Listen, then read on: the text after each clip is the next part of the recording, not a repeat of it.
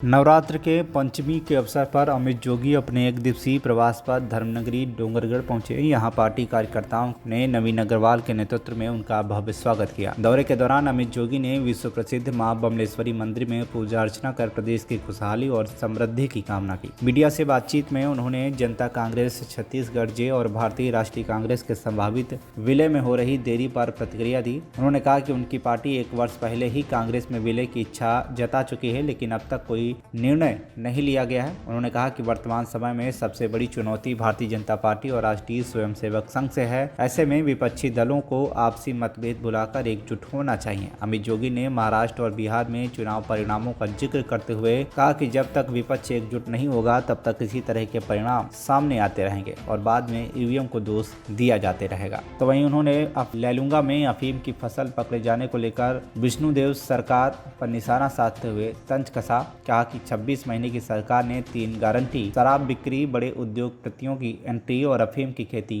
पूरी कर दी है।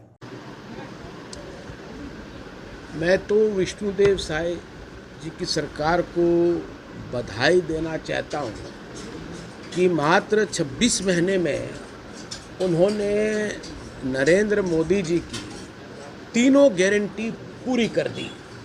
पहली गारंटी दारू की बिक्री, दूसरी गारंटी अडानी की एंट्री और तीसरी गारंटी अफीम की खेती।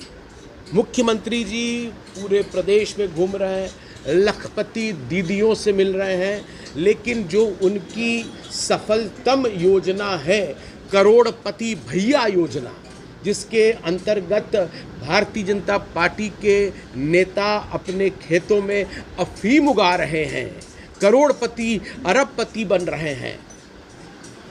ये योजना जो है करोड़पति भैया योजना, ये विष्णुदेव साय सरकार की असली उपलब्धि है। ये केवल यूजीसी बिल की बात नहीं है। जो भी बिल आ रहे हैं, इसमें अभी हाल ही में विधानसभा में एक धर्मांतरण पे भी कानून आया। चर्चा बहुत ज़रूरी है।